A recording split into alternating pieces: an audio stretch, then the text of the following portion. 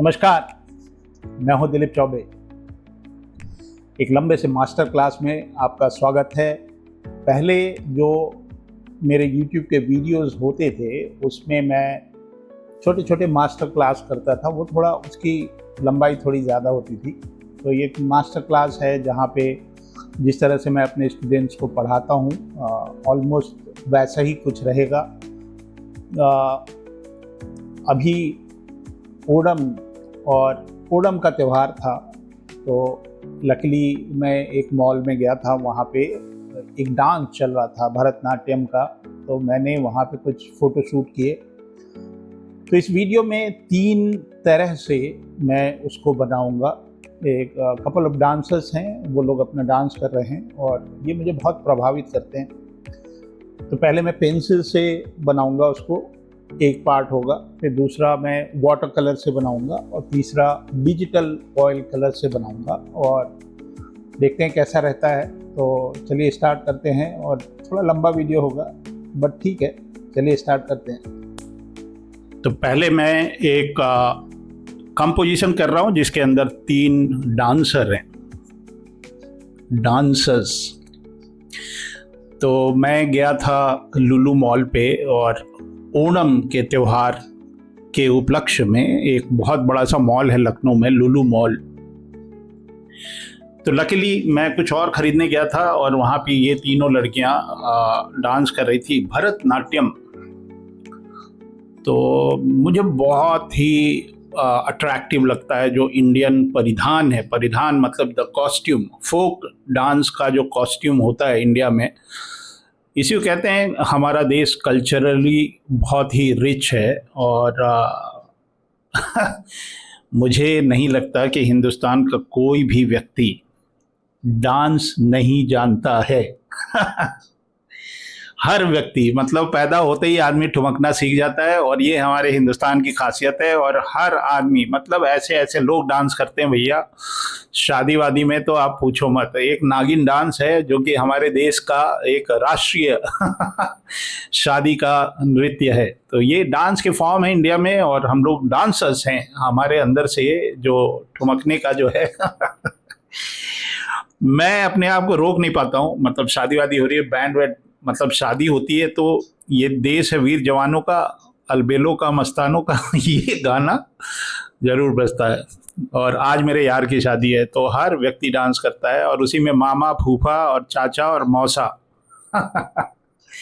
इन लोगों को घसीट के लाया जाता है। पहले ये मना करते हैं कि मुझे नहीं डांस करना है, और उसके बाद जो ये ठुमकते हैं भैया, इनको रोकना पड़ता है कि अब रुक जाओ भैया, हो गया, आपकी कमर में दर्द हो जाएगा। तो ये तो हो गया नॉर्मल वाले डांस का जो कि एवरीबॉडी इज डांसिंग। तो ये मैंने पहले जो ये कंपोजिशन है इसको मैं ग्राफाइट पेंसिल से बना रहा हूँ और ओवरऑल कंपोजिशन लेके चलते हैं कि तीनों कैरेक्टर हैं, उसमें कुछ मेजरमेंट के टिप्स हैं। मेरे पुराने वीडियोस हैं, किसी में कई वीडियोस हैं जिसमें मैंने एक एक पार्ट को कैसे मैं मेज़र करता हूँ वो मैंने बताया। उसमें 4 कैरेक्टर हैं, रेलवे प्लेटफॉर्म पे सो रहे हैं, वाटर कलर का कंपोजिशन है, वो आप देख लीजिएगा। तो वो बहुत सारी चीज़ें इसके अंदर, मैं वो टिप्स तो नहीं बता रहा हूँ कि कैसे कैसे मेजर करते हैं। आप देखिए, नज़र बनाए रखिए, आपको काफ़ी चीज़ें इसमें समझने को मिलेंगी। तो पहला वाला कंपोजिशन, इस पूरे वीडियो को मैंने 3 पार्ट में बना दिया। जो बिगिनर होते हैं, जो इंटरमीडिएट होते हैं, या जो बीच के लेवल के हैं, और जो प्रो लेवल के हैं, तो ये तीनों में, या एडवांस लेवल के। प्रो लेवल तो अभी नहीं बोलेंगे। तो थोड़ा सा डांस के बारे में ही बात कर लेते हैं। मैंने दुनिया देखी है, बहुत सारे ऐसे देश हैं जिनका अपना कोई डांस फॉर्म नहीं है। फॉर एग्जांपल सिंगापुर, वहाँ पे बिल्कुल ही नहीं है भाई, कोई डांस करता ही नहीं है, बहुत ही नीरस सा रहता है जीवन। शादी होती है बड़ा बोरिंग सा। यहाँ तो हम आग लगा देते हैं भाई, बम पटाखा ले के निकलते हैं शादी में। तो एक भरतनाट्यम है, उसके मूव्स मुझे बहुत पसंद है। एक्सप्रेशन, खासकर जो है भरतनाट्यम में जो एक्सप्रेशंस होते हैं, फेशियल एक्सप्रेशन। और उत्तर प्रदेश में एक डांस फॉर्म है कथक। तो ये दोनों में, हालांकि बहुत सारे डांस फॉर्म है जिसमें हम लोग एक्सप्रेशंस पे बात करते हैं, चाहे वो बॉडी लैंग्वेज हो या फेशियल एक्सप्रेशन। तो एक भरतनाट्यम हो गया, और Kathakali is also very vibrant colour. जो कॉस्ट्यूम होते हैं कथकली के, और जो एक्सप्रेशन होते हैं, और जो मेकअप होता है, मेकअप के बाद जो एक्सप्रेशन होता है, तो ये सब जो भी आर्टिस्ट हैं हम लोगों को ये सब ऑब्जर्व करने चाहिए और उसको अपने आर्ट में डालना चाहिए। एक मैं अपने बचपन की बात बताऊं। एक मेरे पिताजी जो हैं वो उड़ीसा के बॉर्डर पे, उड़ीसा और बिहार के बॉर्डर पे जॉब करते थे, किरीबुरु आयरन और माइंस। तो वहाँ पे एक यात्रा पार्टी होती थी। अब जो लोग उड़ीसा के हैं या कलकत्ता के हैं वो शायद इस चीज़ को जान पाएंगे। तो छऊ डांस होता है उड़ीसा में। वो एक मास्क लगाते हैं और उसके बाद वो डांस करते हैं। मेरे ख्याल से रामायण से रिलेटेड ही कुछ मंचन होता है उनका, जैसे हमारे नुक्कड़ नाटक होते हैं। तो बचपन में मैं सुना करता था यात्रा पार्टी आया है, यात्रा पार्टी आया है। तो मैं जाता था वहाँ पे, पापा लेके जाते थे और मैं उसको देखता था। और वो जो भाव भंगिमाएँ होती हैं, हालांकि छऊ डांस में एक मास्क लगा लेते हैं वो, और उसके बाद वो परफॉर्म करते हैं। और भी हैं जो डांस फॉर्म्स हैं। मणिपुरी नृत्य बहुत ही अच्छा लगता है। और खास कर मैं बनारस में भी रहा हूँ, तो कथक मैंने देखा है, बिरजू महाराज को देखा है। बिरजू महाराज जो हैं लाइव देखा है भाई। तो ओडिसी भी एक डांस है जो हमारा उड़िया लोगों का जो डांस है। उसके बाद आता है एक डांसिंग फेस्टिवल है हमारे देश का, उसको फेस्टिवल माता रानी से जोड़ा गया है। हालांकि उसको हम गरबा और डांडिया बोलते हैं, जो हमारे गुजरात में और राजस्थान के भी कुछ पार्ट में गरबा तो अब तो हर जगह होने लगा है। तो मेरा बड़ा मन करता है कि ऑक्सीडाइज ज्वेलरी पहन के और जो मील वाला जो कपड़ा है वो पहन के, और बहुत वाइब्रेंट कलर होते हैं गुजराती जो हमारा गरबा है। तो ये जो कॉस्ट्यूम है फोक डांस का, इंडियन फोक डांस का, और देश के बारे में बात नहीं कर रहे हैं, तो ये अनेकता में क्या बोलते हैं उसको एक रूपता। तो ये हर स्टेट का एक डांस फॉर्म है। बिहार में या झारखंड में मुझे याद है हमारे क्लासमेट्स हुआ करती थी, और लड़के भी, और एक आदमी जो है वो एक ड्रम बजाया करता था। वो ढोलक जैसा ही कुछ पतला सा ड्रम होता था, मुझे याद नहीं है, शायद बीहू, अच्छा अनेकता में एकता, ये वर्ड में बोल रहा था। तो बिहार में जो सरंडा फॉरेस्ट है, वहाँ के जो मेरे फ्रेंड्स हुआ करते थे वो एक गोल गोल ऐसे घूम के एक डांस करते थे। और जो one of the favourite popular dance form in northern India is bhangra. तो भांगड़ा में 2 उंगलियां आप जब उठा लेते हैं तो फिर आपको रोकने से कोई रोक ही नहीं सकता है। तो जो हमारे लोहड़ी पे जो पंजाबी लोग हैं वो डांस करते हैं। ये सब चीज़ें जो हैं, जैसे जैसे मैं बड़ा हो रहा था तो मैं गया था एक बार रुड़की अपने विश्वविद्यालय की तरफ से, और वो एक नेशनल यूनिवर्सिटी यूथ फेस्टिवल था, और जाहिर सी बात है मैं गया था तो फर्स्ट प्राइज़ तो मुझे ही मिलेगा। तो मैं कार्टूनिंग के लिए गया था। तो वहाँ पे जो मार्च पास्ट होता है, जब शुरुआत में कोई भी होने से पहले सारे यूनिवर्सिटी के बच्चे आते हैं और एक मार्च पास्ट होता है, एक अपना यूनिवर्सिटी का फ्लैग लेके। तो पहली बार मैंने वहाँ पे रियल, मतलब पहली बार मैंने देखा ये सारे डांस फॉर्म एक ही स्टेज पे। उसमें भांगड़ा भी था, साउथ से भी बहुत सारे डांस फॉर्म थे, वो लोग आए थे उड़ीसा से भी। और ये सब चीज़ें, मेरी उम्र को 16-17 साल होती होगी। वनस्थली विद्यापीठ के बच्चे थे, शांति निकेतन के थे। फिर जो हमारा बचपन में हमारे यहाँ दुर्गा पूजा बहुत अच्छे से मनाया जाता है। तो एक धुनकी डांस बोलते हैं शायद, मुझे ठीक से याद नहीं आ रहा है, आप मेरे को करेक्ट करना। वो धुआं लेके माता दुर्गा का हम लोग आरती करते हैं। तो वो एक डांस था जो कि मुझे बहुत ही प्रभावित करता था। फिर आता है एक व्यक्ति मेरे जीवन में जिसने ये सारे डांस फॉर्म को हटा के कुछ और ही नया डांस फॉर्म डाल दिया मेरे दिमाग में। वो था मिथुन चक्रवर्ती और जो गाने थे जिमी जिमी जिमी आजा और डिस्को डांसर, और ये सारी चीज़ें जो हैं ये हावी होने लगी हमारे कल्चर पे, क्योंकि उधर माइकल जैक्सन भी आ गए थे।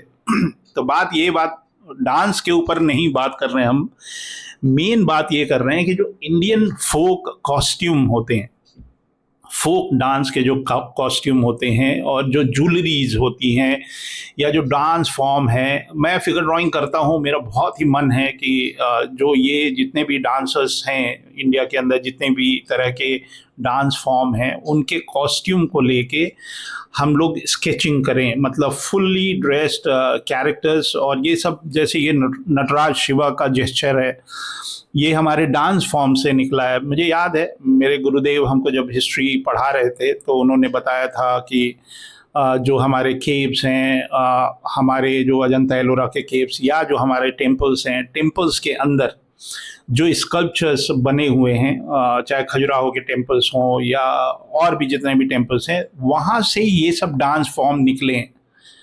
मतलब या तो वो डांस फॉर्म पहले ही एग्जिस्ट होते थे और हम लोग अभी उसको फिर से रिक्रिएट कर रहे हैं, बहुत सारे जेस्चर्स। तो ये नृत्य कला जो है और चित्रकला, ये इन दोनों का एक संयोग बना रहा है शुरू से, सदियों से। मतलब हिंदुस्तान के अंदर जो आर्ट, जो डांस फॉर्म्स हैं, हमारे शिव जी ने भी जो तांडव नृत्य किया था वो हम देख पाते हैं। और मैंने एक दो अच्छे डांस प्रोग्राम्स भी देखे हैं, मतलब हाई क्लास। और वहाँ पे बहुत सारे डांसर्स के नाम तो हमको नहीं पता है, बट बिरजू महाराज, देखिए मैं बिरजू महाराज का नाम ले रहा हूँ और कान पकड़ा हूँ, गुरुदेव के गुरु हैं वो। मतलब वो फिल्मों में भी उन्होंने बहुत सारा डांस डायरेक्शन किया, बड़े बड़े फिल्मों में। मतलब मेरे पिताजी बताया करते थे, मतलब वैजयंती माला टाइप के लोग जो थे, दिलीप कुमार, वैजयंती माला, उनके लिए भी बिरजू महाराज ने डांस, आप थोड़ा गूगल कर लीजिएगा, मुझे बहुत ज़्यादा तो नहीं पता। लेकिन मुझे याद है एक बार संकट मोचन, एक बनारस में एक मंदिर है हनुमान जी का, वहाँ पे ऐसे ही साहित्य कला एकेडमी जैसे कुछ कराती है ना डांस वांस, तो वहाँ पे भक्ति भाव से लोग वहाँ जाते हैं। अलग अलग शास्त्रीय संगीत के ऊपर कुछ कुछ प्रोग्राम होता था वहाँ पे। तो एक बार बिरजू महाराज आए थे और वो अपने हाथ से, मतलब हाथ के जेस्चर से ही वाज टेलिंग दैट हिरन ऐसे दौड़ता है, हिरन ऐसे कूदता है, और जानवरों के फॉर्म, हंस कैसे होता है, डक, या मतलब जितने भी, वो खाली हाथ से, मतलब बॉडी लैंग्वेज। तो ये सब चीज़ें अगर हम अपने आर्ट वर्क में डालते हैं, वहाँ जो भाव, मैं जैसे टर्मिनल 3 पे मैं उतरता हूँ, इंटरनेशनल इमिग्रेशन है टर्मिनल 3 पे, जब वहाँ मैं उतरता हूँ तो वहाँ पे हाथ के भाव भंगिमाओं के स्कल्पचर बने हुए हैं। और जैसे ही वहाँ पहुँचते थे हम, विदेश से जैसे ही इंडिया की धरती पे आते थे दिल्ली में, तो मन गदगद हो जाता था। ये जो हमारे डांसिंग के जो फॉर्म है, वो डांस के फॉर्म है, आई डोंट नो, मतलब वो बुद्धा से रिलेटेड तो नहीं है, वो हमारे डांस फॉर्म्स के ही वो हाथ के स्कल्पचर हैं। और स्कल्पचर, उसके अंदर डांस फॉर्म्स होते हैं। मैंने एक ही आर्टिस्ट को देखा है जो इंडियन डांस फॉर्म को वो स्कल्पचर में बनाता है। तो ये जो जेस्चर्स होते हैं, क्विक जेस्चर के लिए बहुत ही अच्छा प्रैक्टिस है। और कॉस्ट्यूम के लिए बहुत लोग होते हैं, हाउ टू ड्रॉ फोल्ड्स। अब देखिए, ये मैं ग्राफाइट पेंसिल है, नॉर्मल सा कैमल का, 5.5 रुपये वाला। ये हार्ड होता है काफ़ी, इस वजह से मैं इसको यूज़ कर रहा हूँ। मैं कभी 6B, 9B, 8B उनसे भी काम करके आपको दिखाता हूँ। तो ये हार्ड है, और शायद ये पूरा ड्राइंग, ये कंपोजिशन करने में मैंने इसको 2 बार ही शार्पन किया है, 2 बार। मीन्स यू कैन अंडरस्टैंड कि ये कितना हार्ड पेंसिल है। मेरे ख्याल से पेंसिल का नाम भी कुछ हार्ड से कुछ था।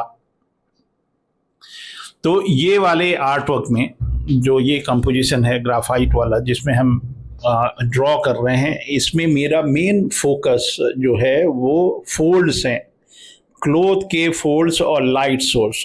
तो थोड़े टोनल वैल्यू के लिए मैं हैचिंग का इस्तेमाल कर रहा हूँ। और अब जैसे ये जहाँ पे शैडो होता है ना, वो शैडो के लिए मैंने वहाँ पे थोड़ा सा हैचिंग कर दिया है। जहाँ पे डार्क शैडो है वो मैं वहाँ पे थोड़ा सा क्रॉस हैचिंग किया है। जहाँ पे बहुत शैडो है या डार्क शैडो दिख रहा है, वहाँ पे मैंने पेंसिल को प्रेस किया है। तो वो जो थिक एंड थिन लाइन जो होती है, वो थिक एंड थिन लाइन के लिए जहाँ पे थिक जो हम दिखाते हैं वो शैडो को बताता है कि यहाँ पे एक शैडो है। थोड़ा वीडियो लंबा होगा क्योंकि मैंने ऐसे ही मन में आया, मैंने सोचा कि यार एक काम करते हैं, एक ही टाइप के कंपोजिशन जिसमें एक या दो, एक से ज़्यादा कैरेक्टर हों, उनके तीन तरीके से उसको मैं आपको बता के दिखाऊं, कि बना के दिखाऊं कि एक ये पेंसिल हो गया, दूसरा वाला मैं सोच रहा हूँ वाटर कलर से कुछ करूँ, और तीसरा वाला मैं डिजिटली करूँ। तो ये भी ज़रूरी है कि आप जितने भी आर्टिस्ट हैं इंडिया के अंदर या विदेश में भी जो लोग हमारा वीडियो देखते हैं, you should be able to draw and paint whether it's traditionally or digitally, दोनों ही काम आपको आने चाहिए। मतलब ट्रेडिशनल जिंदगी भर करना है और अगले जन्म में हम डिजिटल करेंगे, ऐसा अगर आपने निर्णय ले लिया है तब तो भैया माफ़ करिए। जो लोग आप ऑनेस्ट टू गॉड बोलूं क्या अगर आप बहुत अच्छा ट्रेडिशनल आर्टिस्ट हैं, then digital world is calling you. आपका जो योगदान रहेगा, क्योंकि आपकी जो नॉलेज है फाउंडेशन की या ट्रेडिशनल की, वो डिजिटल वर्ल्ड में चार चांद लगा देगा। आप संकोच मत करिए भाई, और देर मत करिए, मेरे से ही सीख लीजिए। एक दिन लगेगा आपको, आपके अंदर काया पलट हो जाएगी। मैं इसका नाम अपग्रेड वर्ड बोलता हूँ, अप स्किल बोलता हूँ। इसमें कोई शर्म की बात नहीं होनी चाहिए कि आप बहुत अच्छा ऑयल पेंटिंग करते हैं लेकिन कांपने लगते हैं जब डिजिटल वर्ल्ड के बारे में बात होती है, और आप हे दृष्टि से देखते हैं। भैया हे दृष्टि से मत देखिए भाई, एआई का ज़माना आ गया। अगर आप डिजिटल भी नहीं करेंगे तो एआई तो आप कहाँ हो आप लोग। ये कोई सटायर नहीं था, I am here to help you. जो लोग बहुत अच्छा ट्रेडिशनल कर रहे हैं और करते ही जा रहे हैं और रुक ही नहीं रहे हैं, उनको थोड़ा सा रुक के अपने स्किल को थोड़ा अपग्रेड करने में कोई हर्ज नहीं है। अगर आप ज़िंदगी भर मोटरसाइकिल चला रहे हैं तो एक बार कार भी सीख ही लीजिए, जब कार सीख लिए तो ट्रेन भी सीख ही लीजिए। तो कोई बहुत बड़ी बात नहीं है, लेकिन जो करता है उसको पता चलता है कि असीमित सीमाएं हैं उसकी डिजिटल वर्ल्ड की। और हम भी कॉलेज में थे, हाँ, लेकिन ये था कि जब ये चीज़ें इम्प्रूव हो रही थी तो मैं साथ में था, आई वॉज टुगेदर। 91 से जब मैं पास आउट हुआ, that's the time when digital world started coming. और जितने भी फॉन्ट थे वो, मतलब फॉन्ट तो पहले थे ही नहीं मेरे ज़माने में। जब तक मैं पढ़ता रहा तब तक कोई फॉन्ट एग्जिस्ट ही नहीं करता था इस दुनिया में। कोई फॉन्ट का नाम नहीं था कि ये हेल्वेटिका है तो ये एरियल है, नाम ही एग्जिस्ट नहीं करते थे भाई। 3D वर्ल्ड तो छोड़ ही दीजिए, डिजिटल पेंटिंग तो वर्ड ही एग्जिस्ट नहीं करता था। बट जैसे जैसे डिजिटल वर्ल्ड ग्रो करना शुरू किया, I was hand to hand, मतलब एकदम साथ साथ। अभी एआई आया, मैं साथ साथ चल रहा हूँ, अभी भी थोड़ा सा एआई से आगे ही हूँ। तो जैसे ही एआई संपन्न होगा और उस पे से चोरी का लांछन ख़त्म हो जाएगा, then I will be working professionally with that. तो भीड़ में खड़ा होकर तमाशा देखने की ज़रूरत नहीं है कि भैया देखते हैं अब क्या कर दिया एआई, अब कहाँ चला गया। हैंड्स ऑन रहना चाहिए आपको। तो मैं दिखा रहा हूँ इस वीडियो में कि ट्रेडिशनल के भी क्या मायने हैं, डिजिटल के भी क्या मायने हैं, और कैसे वो वाली स्किल जो है। मैं तो एक और स्टेज इस पे डालने जा रहा था कि पेंसिल से एक कंपोजिशन किया, then traditional inking brush and ink, ये करना चाह रहे थे हम एक और। वीडियो बड़ा लंबा हो जाता है। Don't hate me for my longer videos, क्योंकि अगर हम छोटे छोटे वीडियो बनाएंगे वो मेरे लिए 5-5 मिनट का काम हो जाएगा, और कितना बनाऊंगा मैं, भर दूंगा आपका यूट्यूब, फिर फ़ायदा तो कुछ होगा नहीं।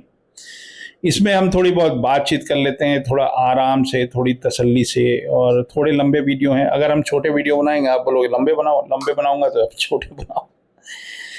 और जो रील होती है वो 1 मिनट का रील होता है, 1 मिनट में पेट नहीं भरता भाई। ये वही बात होगी, भूख लगी है और आपने पानी के बतासे खा लिए, मतलब गोलगप्पे। तो गोलगप्पे वाली फीलिंग आती है मेरे को जो रील आती है, मतलब it's like snacks only. And एक लंबा वीडियो इज़ लाइक पक्का भोजन, गरिष्ठ भोजन हमारे देश का। मुझे तो नहीं पता, आप ही बताइएगा। मतलब एक बार क्या हुआ, मैं चला गया स्पेन, तो वहाँ पे एक छोटी सी जगह है बिलबाओ। बिलबाओ में रोज मेरे को नाश्ते में, खाने में और लंच में और डिनर में मेरे को पास्ता या पिज़्ज़ा, यही दो ऑप्शन थे। तो एक महीने तक मुझे यही खाना था। फिर देखते देखते एक दिन मेरे को मिला गांधी रेस्टोरेंट। तो गांधी रेस्टोरेंट में मैं गया और दाल अरहर की और चावल और आलू की सिंपल जीरा आलू टाइप की कोई सब्जी थी सूखी। तो कलेजा मेरा तर हो गया भाई। तो पता नहीं ये हमारा नेशनल फूड है कि नहीं है, बट एक ऐसा भोजन है जिसको हम गरिष्ठ मानते हैं कि भैया चावल दाल और एक सूखी सब्जी, मतलब अचार पापड़ की बात नहीं कर रहा हूँ। तो ये मैंने इसलिए बोला कि जो हमारे लंबे वीडियोस हैं that is like your full meal, मतलब फुल मील मतलब उसमें थोड़ी वैरायटी है। इंडियन फूड जो हमारा होता है, कब तक पिज्ज़ा पास्ता खाएंगे आप? तो ये लंबे वीडियोस हैं। तो ये जैसा कि मैंने बताया कि कॉस्ट्यूम में चार पांच चीज़ों को पे मैं प्रकाश डालूंगा। प्रकाश मतलब I will put some light on 4-5 bullet points. One is the gesture, the body language, the gesture in Indian dance form. Bhangra अगर बनाना है आपको तो आप एक पंजाबी फोक ड्रेस बनाएं, उसमें एक छोटी सी कुर्ती रहेगी। जेंट्स के बारे में ही बात कर लेना, एक अच्छी सी शानदार सी पगड़ी होगी और उनके हाथ में कड़ा होगा और एक छोटी सी कटार होगी। और जो डांस का जो फॉर्म है, हर डांस फॉर्म में कुछ सिग्नेचर स्टाइल मेरे को दिखता है। तो उससे आप बता दोगे कि हाँ ये पंजाब का फोक डांस है, या ये तमिलनाडु का फोक डांस है, या ये उड़ीसा का फोक डांस है। तो एक तो हो गया जेस्चर जिसको हम बॉडी लैंग्वेज बोलते हैं। तो बॉडी लैंग्वेज हो गया पहला बुलेट पॉइंट, जिसपे हमको जो इंडियन डांस फॉर्म है उससे हमको बहुत कुछ सीखने को मिलता है। एक तो हो गया बॉडी जेस्चर, दूसरा है क्लोथिंग। जो कपड़े होते हैं जो फोक डांस के, जो हमारे डांस फॉर्म में जो फोक डांस होते हैं उसके अंदर जो कपड़े होते हैं, you can learn more into that. अब जैसे ये साउथ सिल्क के कपड़े हैं, और जो कई बार मैंने देखा है कथक में जो है वो जो हमारे लखनऊ के चिकनकारी या जो सफ़ेद कपड़े होते हैं या कॉटन के जो कपड़े होते हैं वो हम पहनते हैं। मैंने नहीं देखा शायद बनारसी साड़ी पहन के कथक करते हो, मैंने देखा होगा, मतलब मुझे याद नहीं है। तो वो एक तो हो गया कॉस्ट्यूम। कॉस्ट्यूम हो है मेरा second bullet point, what you can learn from Indian dance forms. So one is gesture, second is the costume. Costume के अंदर the way they put the clothing. अब जैसे ये जो साड़ी पहने हैं, साड़ी का दूसरे टाइप का फॉर्म है, और जो उसकी चूनट बनी है वो कुछ जो हाथ का जो पंखा होता है ना उस तरह का हो जाता है। कुचिपुड़ी में कुछ अलग ही है। तो ये हो गया क्लोथिंग। और उस क्लोथ को बनाने के लिए, क्योंकि इसमें एक विजुअल टेक्सचर है, जैसे सिल्क है वो थोड़ा चमकदार होता है, तो इसमें जो सोने के तार का जो काम होता है या जो गोल्ड वाला जो एम्ब्रॉयडरी होता है वो उसकी रेंडरिंग, चाहे वो पेंट से हो या पेंसिल से हो, वो थोड़ी सी अलग होती है। तो एक हो गया visual texture, this is my third point. Now the fourth point is the colours. जो कलर होते हैं वो बहुत सारे डांस फॉर्म में बहुत वाइब्रेंट भी होते हैं, कई जगह थोड़े से डल से होते हैं।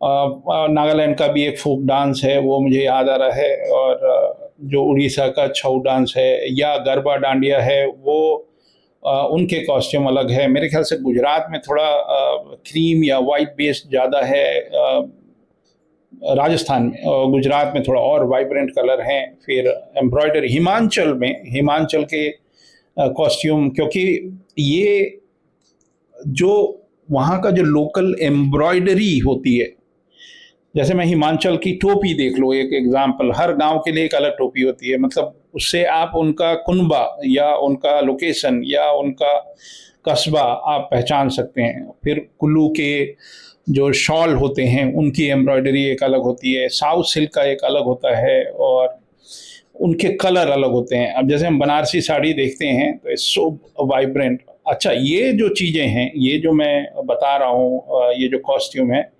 ये हिंदुस्तान की परंपरा का हमारी शान है भाई, शान।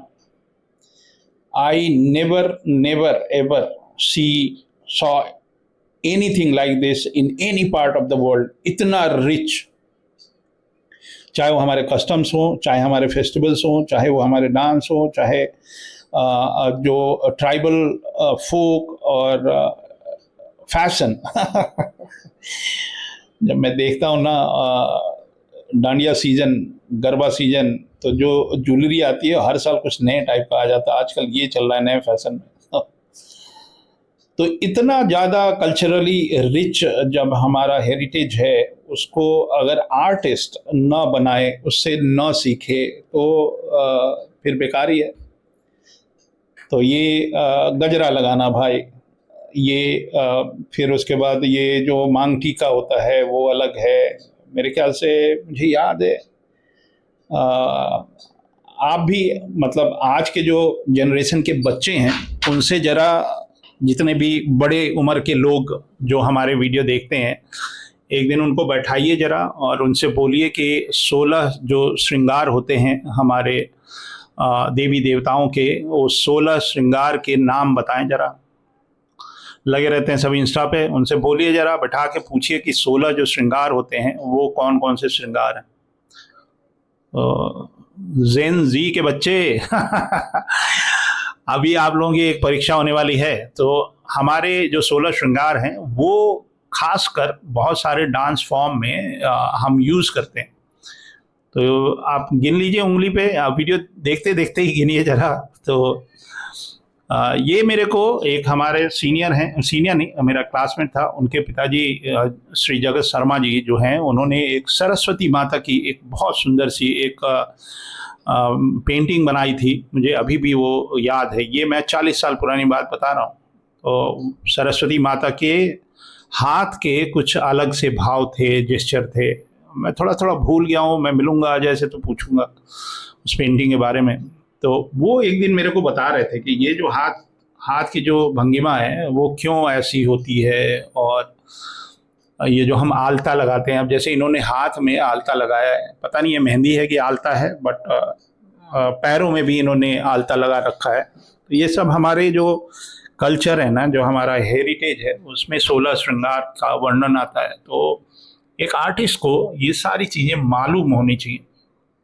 अगर आप कुछ बना रहे हैं, कुछ डिवाइन सा कुछ बना रहे हैं, कुछ पेंटिंग, तो जो हमारे कल्चर में उतना ही हम बना लें, हो गया मॉडर्न आर्ट। कितना मॉडर्न आर्ट करेंगे भाई, जो है उसको तो हम थोड़ा सा फोकस कर दें, दुनिया को दिखा दें। हाँ, मेरे व्यूअर बाहर बहुत लोग हैं और वो इससे अनभिज्ञ हैं, उनको नहीं पता है, they don't know what is all about India. Is not about nice drawing. जो हम ड्राइंग बनाते हैं ना, ड्राइंग के अंदर हमारी पूरा जो भी हमने जीवन में आज तक सीखा है, बड़ों से बुजुर्गों से, जो हमारा जो वजूद है, मतलब वजूद एक उर्दू वर्ड है, वजूद को हम क्या बोलेंगे हिंदी में भाई? मेरा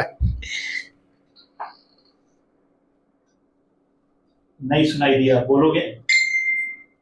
हाँ, वजूद का हिंदी मैंने ढूंढ लिया, अस्तित्व। मैं अपने ऑफिस के लोगों को परेशान करता रहता हूँ, और ये भी है जो हमारा अस्तित्व है, अस्तित्व एक हिंदी वर्ड है। तो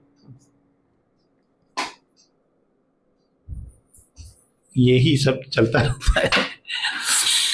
तो मैं जब ड्राइंग बनाता हूँ, ड्राइंग के पीछे जो है एक सोल होता है, एक सोच होता है कि भाई इसको बनाने की वजह क्या है। तो ये हैचिंग है, देखिए, टेक्नोलॉजी और आर्टिस्टिक स्किल ये भी साथ में चलता रहता है। अगर हमको अपने ही कल्चर से, देखिए हम हालांकि उतने भी पुराने नहीं हैं, लेकिन मेरा उठना बैठना रहा है बहुत ही बुद्धिजीवियों के साथ, जो रिसर्च स्कॉलर रहे हैं, या उन्होंने जितने भी पुराण हैं वो कंठस्थ है, उनको कंठस्थ है भाई। मैं जब जो छोटे बच्चे इसको देख रहे हैं उनके बारे में मैं उनको थोड़ा सा मैं बताऊं, बचपने में, मेरे बचपन में और आपके बचपन का फ़र्क मैं बताता हूँ।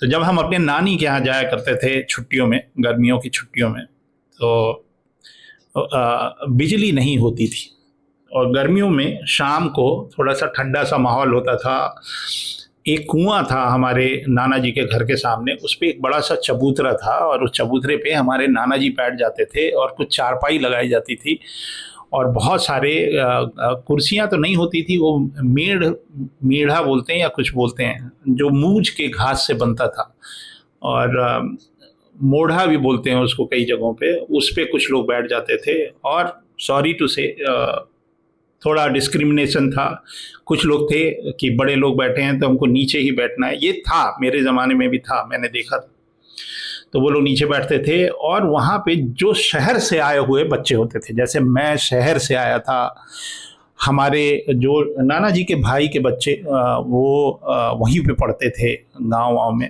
तो छोटे छोटे बच्चे जो जिनकी उम्र 8 साल 10 साल 6 साल 5 साल, इनको उस चबूतरे पे खड़ा करा के और उनसे शास्त्रार्थ कराया जाता था। मतलब आई हैव टू मतलब एक मेरे को पोएम सुनानी है अंग्रेजी में, और वहीं मेरी उम्र के कुछ बच्चे हुआ करते थे जिनके सिर पे बाल उन्होंने छिलवा रखे थे और चुटिया बना रखी थी, और वो संस्कृत में वो कहीं पढ़ाई कर रहे थे किसी यूनिवर्सिटी में संस्कृत में।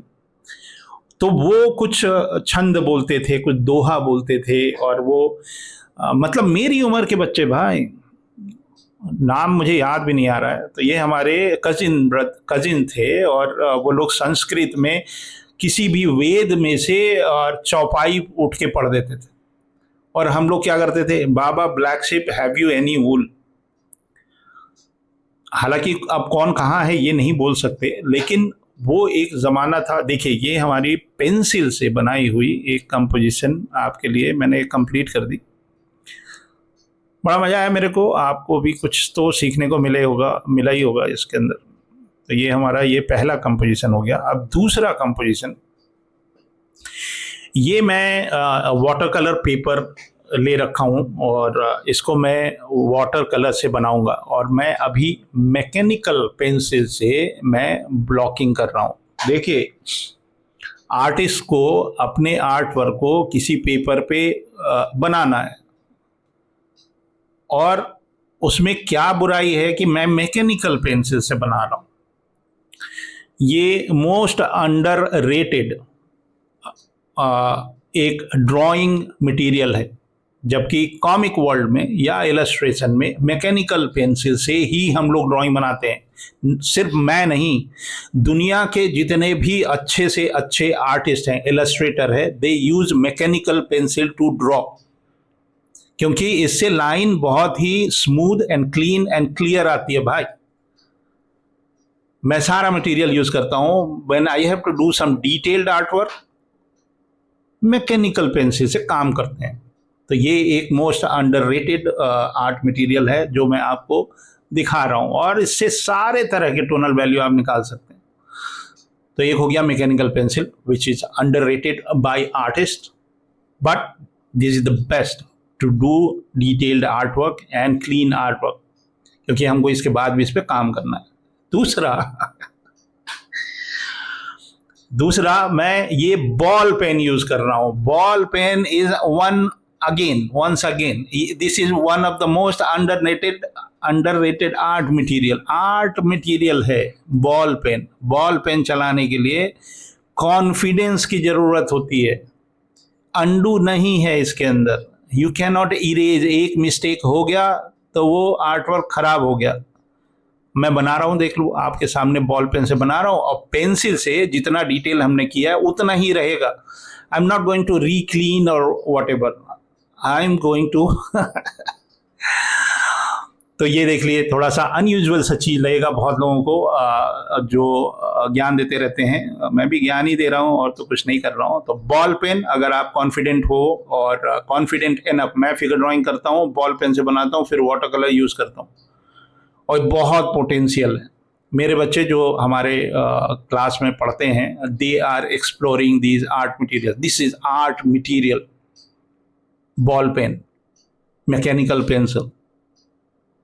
यहाँ से लेके नहीं, मतलब अमेरिका में भी जाके हम छा ही गए थे भाई, इनको अंडररेटेड आर्ट मटेरियल के नाम से रखा गया। तो ये है बॉल पेन, और वाटर कलर पेपर है, और इसको मैं वाटर कलर से पेंट करके आपको दिखाता हूँ। पहला वाला कंपोजिशन मेरा सिर्फ ग्राफाइट पेंसिल था। ये दूसरा वाला कंपोजिशन मैं ball pen and water colour करके दिखाता हूँ। आप लगे रहिए इसी तरह से इत्मीनान से। मेरे वीडियो ना आप आराम से लेट के सोफे पे चाय की चुस्की लेते हुए और मेरी जो भी लाइफ की जो स्टोरी है, जर्नी है, उस पर थोड़ा सा अपना टिप्पणी देते हुए खैर चलिए, तो कुछ इसमें करेक्शंस भी हैं। करेक्शन इन द सेंस कि जो प्रोपोर्शन था वो मैं थोड़ा सा ऑफ था, वो मैं साथ के साथ करेक्शन करता चलूँगा और आप देखते रहिए। तो ये सब मेजरमेंट मैं लेता रहता हूँ विजुअली, मतलब जो दिख रहा है मेरे लिए बहुत इजी है कि जो दिख रहा है उसको बनाना है। कुछ वीडियो बनाऊंगा जिसमें मेरे को कुछ नहीं दिख रहा है भाई, हाँ ब्लाइंड फोल्डेड नहीं हूँ, मतलब मेमोरी ड्राइंग से कैसे फिगर ड्राइंग करते हैं, एनाटॉमी ड्राइंग करते हैं, काफ़ी वीडियोस हैं, आप देखा करो ना इधर उधर। तो अभी किसी ने कोई कमेंट किया कि भाई आपके वीडियो बड़े तेज तेज चल रहे हैं, तो वो रील देख रहे थे, तो रील में तो तेज तेज चलेगा ही। तो आप यहाँ आइए ना, ये यूट्यूब पे आराम से देखिए एकदम लाइव। तो कॉस्ट्यूम इज सो अमेजिंग। जितने भी डांस फॉर्म हैं, ये तो मैं बहुत दिन से सोच भी रहा था, मैं तो पहुंच जाता हूं ऐसी जगहों पे। एक और मेरा फेवरेट प्रोग्राम है, कल्चरल प्रोग्राम, जिसको मैं कभी मिस नहीं करता जब भी मेरे को अपॉर्चुनिटी मिलती है।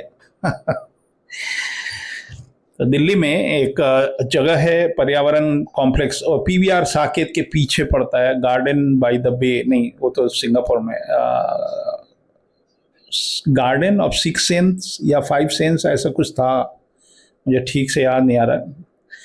तो वहीं साकेत के आसपास है, वहाँ सैनिक फार्म हैं बहुत सारे, तो वहाँ पे गार्डन ऑफ 6 सेंस नाम है शायद। तो वहाँ कल्चरल प्रोग्राम होते थे कभी कभी, और हमारा घर एकदम जस्ट पीछे ही था। मैं उस घर में शायद 9 साल रहा था दिल्ली में। तो एक बार उसमें मिक्का सिंह आए और सावन का महीना था और आग लगी थी कहीं पे, तो आप समझ गए कौन से गाने की बात हो रही है। सावन में लग गई आग। तो वहाँ पे हर साल उर्स का मेला होता है या कोई मेला होता था, वहाँ पे कव्वाली होती थी। तो आई लव कव्वालीज, और मतलब थोड़ी स्टैंडर्ड वाली कव्वाली हो जिसमें अच्छा सा उनका एक टीम हो, और एक जवाबी सवाली कव्वाली होती थी, अभी भी होती है, जामा मस्जिद के पीछे होती है दिल्ली में, और लखनऊ में भी काफ़ी होता है कहीं कहीं पे। तो I love that qawwali thing, because अच्छी मतलब कव्वाली हो, मतलब चीप वाली फिल्मी वाली नहीं। तो I love that also. And then comes the classical dance. मैं एकदम मेस्मराइज हो जाता हूँ भाई, और हर डांस फॉर्म से मेरे लिए एक खजाना हो जाता है, जैसे कि एक ट्रेजर टाइप का मेरे आंखों के सामने जो है दुनिया की सबसे खूबसूरत चीज़ घट रही है, एक डांस हो रहा है भारतीय संस्कृति से जुड़ा हुआ। जैसे दिल्ली वगैरह में बुक फेयर वगैरह होता है, तो वहाँ पे शाम को एक कल्चरल प्रोग्राम होता है। हाँ, एक और है, पता नहीं इसमें वीडियो डालूं क्या, कभी और डाल देंगे। तो मेरी बिटिया की शादी हो रही थी और हम लोग डेस्टिनेशन वेडिंग था, और श्रीलंका में शादी हो रही थी। तो उन लोगों ने, क्योंकि श्रीलंका में कुछ रीजन के कारण टूरिस्ट कम आ रहे थे, वहाँ पे कुछ बॉम्बिंग वगैरह हो गई थी, तो जो श्रीलंकन गवर्नमेंट थी टूरिज्म की, उन्होंने हमारी बिटिया की शादी में फ्री ऑफ कॉस्ट उन्होंने कुछ वहाँ के लोकल फोक डांस करवाए थे उन्होंने। वीडियो है लंबा सा, कहीं से क्रॉप करके आपको दिखाना पड़ेगा। तो वो एक डांस फॉर्म मैंने देखा, और वो काफ़ी हद तक जो हमारा कोई ऐसा लगा कि जैसे हमारे देश की ही कोई पारंपरिक नृत्य हो रही है। तो उनका costume was very similar to Bharatanatyam costume, तो वो मेरे को बहुत अद्भुत लगा। बिटिया की शादी है तो बाप तो इधर उधर कहीं कुछ ना कुछ करेगा, लेकिन मैं जो है मंत्र मुग्ध होके और उस डांस को देखने लगा, और उधर बारात आनी है और मैं उस डांस में मशगूल हूँ उसको देखने के लिए। तो वो जो डांस फॉर्म के जो जेस्चर्स होते हैं, इवन जो हमारे मॉडल होते हैं उनको मैं बोलता हूँ डायनामिक पोज करो, डायनामिक पोज करो। तो अब वो डायनामिक पोज के चक्कर में उनको लगता है किसी को गोली मारना है, लेकिन एक एलिगेंट सा एक पोज होता है, फेमिनाइन पोज अलग होता है, जेंट्स पोज अलग होता है। तो वो उन लोगों को भी जो हमारे मॉडल्स हैं, that's why I am telling that if I get opportunity to have fully dressed Indian folk costumes to draw, that will be amazing for every artist in India and abroad. तो देखिए कितना limited pencil line मैंने खींची है, और इसके ऊपर मैं कोशिश कर रहा हूँ कि जितनी भी ड्रेपरी हैं, जितने भी फोल्ड्स हैं, उसको मैं बनाऊँ। और ये जो रिंकल्स बने हैं यहाँ पे अद्भुत हैं, एकदम बिल्कुल बहुत ही अद्भुत। अब पता नहीं ये लोग साड़ी कैसे मेंटेन रखते हैं, मतलब ऐसा लगता है कि एकदम आयरन करके अभी लेके आए हैं। अद्भुत है। और ये जो गोल्ड है, गोल्डन बॉर्डर्स वगैरह, जो जरी का काम जिसको हम बोलते हैं, उसको पेंट करना is another challenge for every artist. कि ये और इस तरह कॉस्ट्यूम सिर्फ इंडिया में होते हैं, थाईलैंड में भी होते हैं, थाईलैंड में भी मैंने देखे हैं। बाली में हमारी ही जो रामायण है, हमारी तरह की ही रामायण होती है, तो बालिनीज डांस एक अलग होता है। और जो हमारा रामायण से रिलेटेड डांस है, उनके डांस फॉर्म भी बहुत हद तक हमारी तरह ही सिमिलर हैं, लेकिन एकदम सिमिलर नहीं है। तो बाली में और मतलब थाईलैंड में भी काफ़ी हद तक ये जो हमारा गोल्ड का जो जरी का काम होता है, वो वहाँ भी है मेरे ख्याल से। अब ओरिजिन कहाँ है I don't know, but silk route पे कई जगह इसका इन्फ्लुएंस है। और चाइनीज़ भी, चाइनीज़ ओपेरा मैंने देखा है, गए भी हैं हम। और मैंने जो चाइनीज़ जो कॉस्ट्यूम होते हैं ना, कपड़े जिसमें हाथ बहुत लंबे होते हैं, मतलब कानून के हाथ की तरह मैंने वो पहने भी हैं। एक बार कहीं गए थे ग्रेजुएशन शो में, तो जो टीचर का कॉस्ट्यूम हमको पहनाया गया चाइनीज़ कल्चर का, एंड आई लव्ड इट। तो उनका भी कुछ अपना फोक और ट्रेडिशनल है चाइना में, जापान में भी है, लेकिन इतना रिच नहीं है कि मल्टी कलर और इतना ब्राइट कलर्स। तो यहाँ पे जब डांस हो रहा था, तो 3 लड़कियां थीं, वो डांस कर रही थी, और सडनली मेरे को मतलब दिखाई दिया, क्योंकि अभी अभी ओणम था, ओणम के उपलक्ष्य में ही ये चल रहा था। और पता नहीं कौन ऑर्गेनाइज कराता है, मतलब मॉल के अंदर ये हो रहा था। तो बहुत बड़ा मॉल है ये, लुलु मॉल। दुबई का ही कोई इन्वेस्टर है, बट इंडियन मूल का ही व्यक्ति है। मुझे बहुत अच्छा लगता है इस तरह के जो कल्चरल प्रोग्राम होते हैं। कभी कभी कहीं आर्ट फेयर वगैरह होता है, या दिल्ली में तो इस तरह की चीज़ें काफ़ी होती हैं। तो एक बार दिल्ली हाट में भी मैंने कहीं इस तरह का कुछ प्रोग्राम देखा। और तो ये जो बॉल पेन है, ball pen gives you confidence, और if you are confident enough to use ball pen, take a challenge, draw करिए बॉल पेन से। नो अंडू, डर लगा रहता है कि यार इतना कुछ बना लिया, इतने अच्छी सी ड्राइंग बनाई है, एक गलत लाइन से कहीं ऐसा ना हो कि सब खराब हो जाए। तो आप समझ गए ना कितना पेशेंस होता है एक ड्रॉ करने के लिए, कितना पेशेंस के साथ काम करना पड़ता है। और एक भी एक्स्ट्रा गलत लाइन मैं नहीं करता तो नहीं करता भाई। तो इतना कॉन्फिडेंस होना चाहिए। और भी बहुत सारी चीज़ें हैं जो कि मैं बनाना चाहता हूँ, वीडियोस उसके ऊपर। होता क्या है कि जैसे ये एक ट्रेडिशनल वे ऑफ ड्राइंग है कि मैं कुछ वाटर कलर से बना दिया, कुछ पेंसिल से बना दिया, तो लोगों को लगता है कि हाँ ये it's possible for me also to do that, and of course it's possible for you to be doing something like that. लेकिन जहाँ जो मेरा एक्चुअल प्रोडक्शन वाली जो चीज़ें होती हैं, जैसे कॉमिक बनाना, पूरी की पूरी कॉमिक बन रही है, असुरा पे काम चल रहा है, और काल बीच पे काम चल रहा है, गुड्डू दरोगा पे काम चल रहा है, तो वो वाली जो कॉमिक है, क्योंकि वो अभी रिलीज़ नहीं हुई है, वो काम हम आपको दिखा नहीं सकते। तो ये जो ड्राइंग होती है, ये ड्राइंग्स जो मैं लगा रहा हूँ, उसके बाद भी जीवन है, उसके बाद मैं सब कुछ डिजिटली भी कर सकता हूँ। तो उसमें एक कैटेगरी बन जाएगी कि अच्छा ये जो हैं ये सिर्फ कॉमिक बनाते हैं, या ये सिर्फ कंसेप्ट आर्ट बनाते हैं, या ये सिर्फ डिजिटल आर्ट करते हैं। तो ये वाली कैटेगरी में मैं जाना नहीं चाहता। मैं इसको कॉमन मैन, कॉमन पीपल तक ही रखना चाह रहा हूँ अपने वीडियोस को, कि ये कॉमन पीपल है। हाँ, अगर आपको एकदम एडवांस लेवल में, एकदम प्रो लेवल में आर्टिस्ट बनना है, तो उसके लिए मेरी क्लासेस हैं, अगर आप चाहें तो उसको ज्वाइन कर लें। और वो 2 महीने आपको निकालने पड़ते हैं और उसमें कोई एज लिमिट नहीं है। हाँ, बहुत छोटे बच्चों के लिए नहीं है वो, क्योंकि it's not a hobby course. अगर आप सीरियस हैं, आप जीवन में कभी आपने सोचा था कि I should be an artist, और मैं कुछ आर्टिस्ट के आर्ट रिलेटेड कुछ करियर चुनना चाह रहा था, बट फैमिली चाहती थी कि मैं कुछ और बनूं, तो आपके लिए वो क्लासेस हैं। देखिए, मैंने ये ड्राइंग कर लिया और अब इसमें मैं वाटर कलर करने जा रहा हूँ। वाटर कलर वाले बहुत सारे वीडियोस मैंने बनाए हैं। आपको टिप्स भी बताया था कि कैसे मैं ग्रेडियंट टाइप की चीज़ क्रिएट करता हूँ। Cooler colour and warmer colour, ये दोनों को मैं मिक्स करके जो शैडो वाला पार्ट है उस पर कूलर रखता हूँ, और then I use water to make it flow, like as I say कि water colour is not water colour, is coloured water. तो ये रंगीन पानी में लगाता चलता हूँ। तो आप इसमें नज़र रखिए, मैं कुछ और बता रहा था। Let me finish that. अच्छा, तो मैं ये बता रहा था कि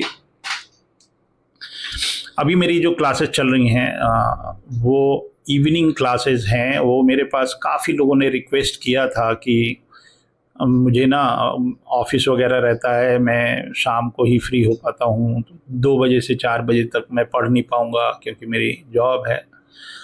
तो हमने 2 बजे से 4 बजे तक वाली जो क्लास है उसको फ़िलहाल के लिए बिल्कुल बंद कर दिया है।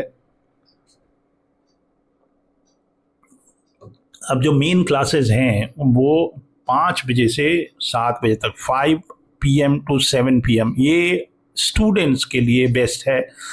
जो बच्चे BFA कर रहे हैं या MFA कर रहे हैं, या उनके पास जो ऑफिस उनका ख़त्म हो जाता है लेकिन वो 5 बजे तक आ जाते हैं, जो लोग फ्रीलांस करते हैं, जो लोग वर्क फ्रॉम होम करते हैं, so that is very good for them कि वो 5 to 7 वाले में ज्वाइन करें। और जो दूसरा बैच है वो 8 to 10 चलता है। तो ये 8 to 10 का मैंने एक जो लोगों की जो डिमांड थी कि हमारे लिए भी कुछ कर दो भाई, हम तो इतने बजे से इतने बजे तक फ्री रहते हैं, तो वो एक डिमांड थी। उसके ऊपर मैंने एक बार चांस लिया, क्योंकि मैं भी इंसान हूँ, थक जाता हूँ। सवेरे 10 बजे से काम शुरू करते हैं और रात को 10 बजे तक, मतलब मेरे लिए तो 12 घंटे हो जाएंगे ना। सो काफ़ी स्टूडेंट्स हैं जिन्होंने उसको ज्वाइन किया, और अच्छी बात यह है कि भारत के हर कोने से मेरे पास स्टूडेंट्स हैं उसमें। बहुत एक्साइटेड हैं वो लोग, मैं भी एक्साइटेड हूँ। मुझे पता है कि वो कहाँ तक उनकी जर्नी रहेगी, और मतलब वो तो लाइफ टाइम रहेगी, लेकिन कैसे कैसे वो ग्रो करेंगे। और एक पाइपलाइन बना हुआ है, और I want them to live that journey happily and successfully. और मैं भी उनको पढ़ा के बड़ा मज़ा आता है, और लोग जुड़ते जा रहे हैं, हमारा कारवां बड़ा होता जा रहा है। और ऐसे ही होगा एक दिन, इंडिया में हर कोने में, हर शहर में एक मेरा स्टूडेंट रहेगा। और वो AVGC sector, AVGC animation, video games, visual effect and comic and toys, ये मेरा एक एडिशनल है। Create in India, up skill India. तो मेरा भी सपना फुलफिल हो रहा है, और मुझे पता है एक दिन हर गली कूचे में एक पब्लिशर होगा जो अपनी किताबें छाप रहा होगा, अपनी IP लेके बड़ी कंपनियों से बात कर रहा होगा। तो this is my dream, and ये है वाटर कलर, ये मज़ा है वाटर कलर। तो बहुत मज़ा आता है भाई। मैं कभी कभी अपनी बड़ाई कर दूं तो मैं कभी कभी देखता हूँ अपना ही आर्ट और वर्क, और कभी इम्प्रेस हो जाता हूँ कि यार गजब कर दिया भाई दिलीप। कभी कभी मैं इधर उधर से टहलता रहता हूँ, कोई आर्ट वर्क मेरा ही दिख जाता है, मैं सोचता हूँ यार ये कब किया मैंने, और काफ़ी अच्छा बनाया, जिसने भी बनाया। तो अपनी बड़ाई कर ले।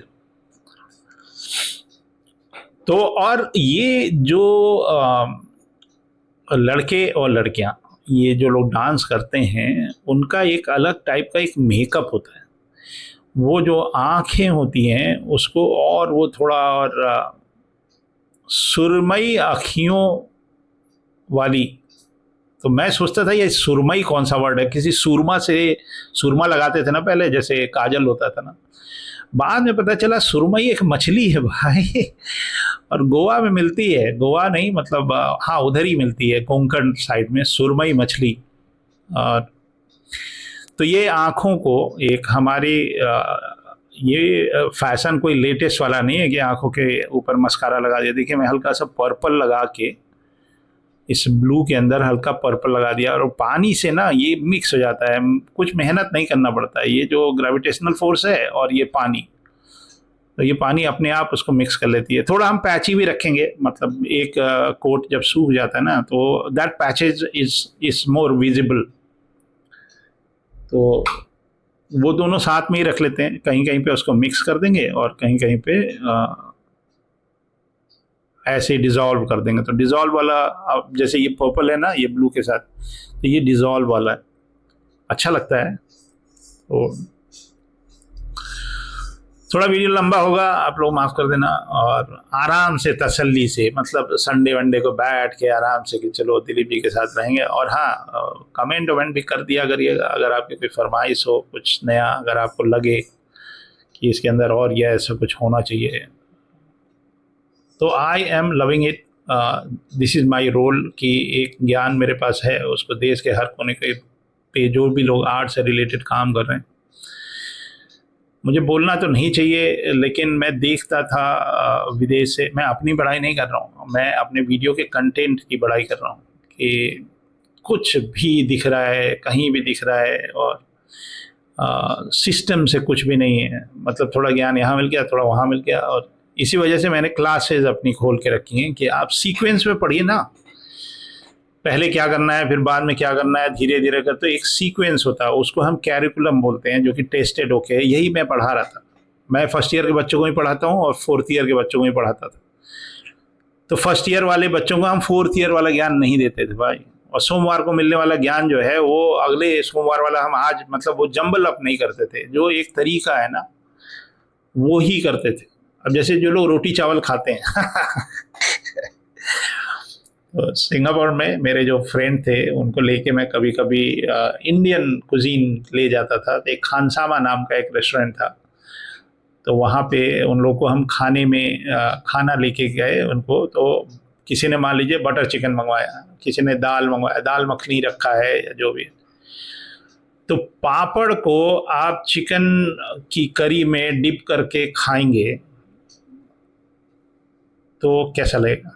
तो पापड़ को आपने रोटी की तरह तोड़ तोड़ के चिकन में डिप कर करके खा लिया, और उसके बाद रोटी में चावल को डाल के और उसको आप खा रहे हैं। मतलब कोई रूल्स एंड रेगुलेशन तो नहीं है, आप जैसे मन में आए खाना खाइए, लेकिन हमारा एक सिस्टम बना हुआ है कि हम पहले रोटी खाएंगे, और उसके बाद रोटी को हम ड्राई वेजिटेबल के साथ खाएंगे या करी वाले के साथ खाएंगे। तो हर घर का एक नियम है, बट नियम बने हुए हैं। मतलब चावल को हम दाल के साथ खाते हैं, या जो करी वाली चीज़ है उसको रोटी के साथ खाएंगे, उल्टा सीधा नहीं खाते। मतलब पहले हमने चावल खा लिया, बाद में हम रोटी के साथ जो बची हुई सब्जी, हमारे यहाँ कुछ सिस्टम बने हैं कि हम पहले रोटी खा लेते हैं, बाद में हम चावल खाते हैं।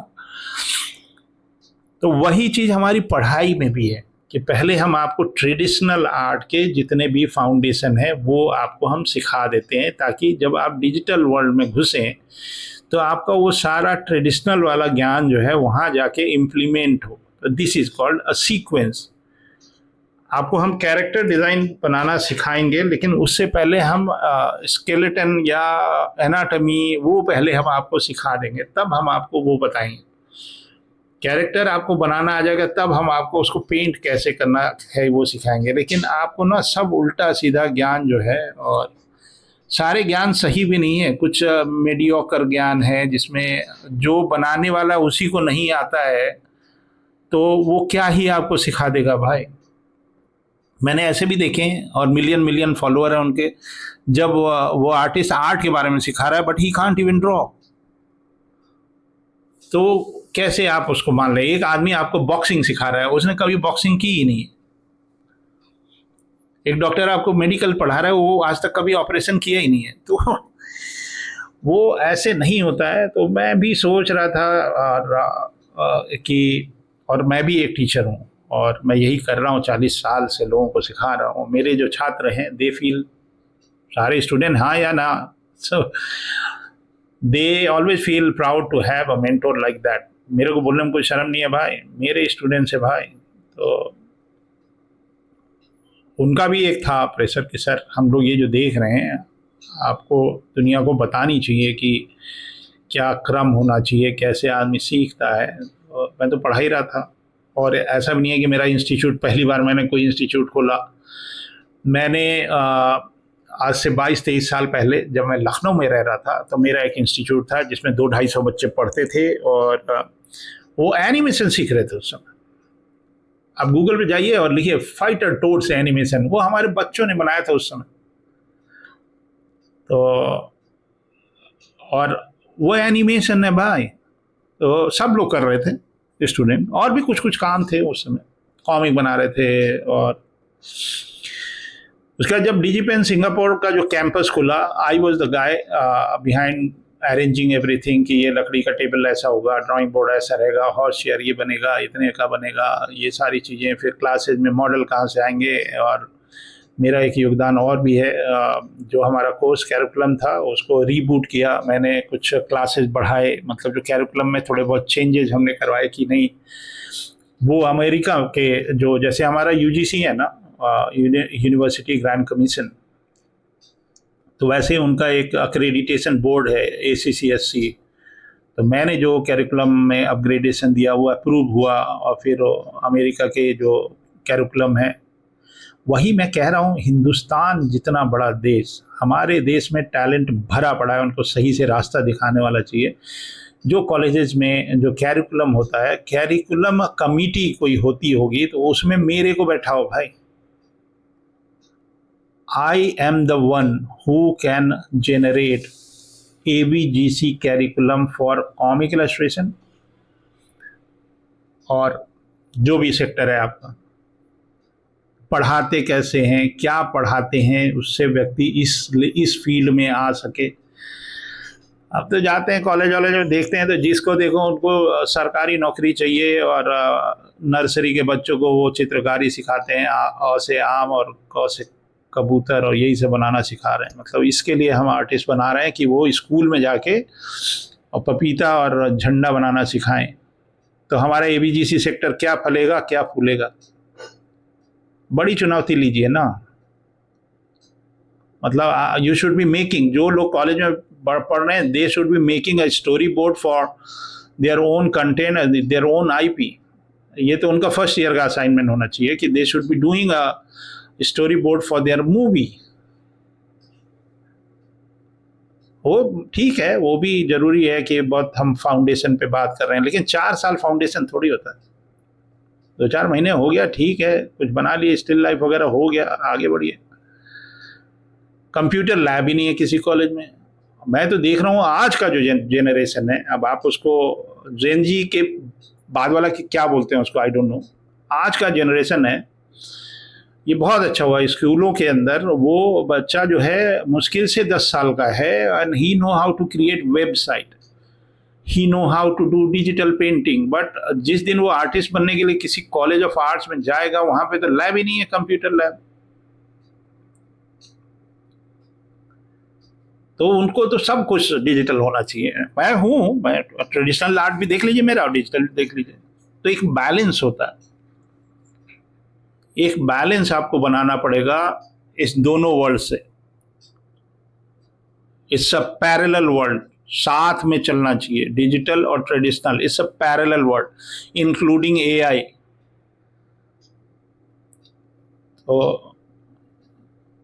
तो इनका स्किन टोन जो है पहले वाले का, मैंने थोड़ा सा रेडिश ब्राउन, थोड़ा ग्रीन, थोड़ा कूलर कलर लिया।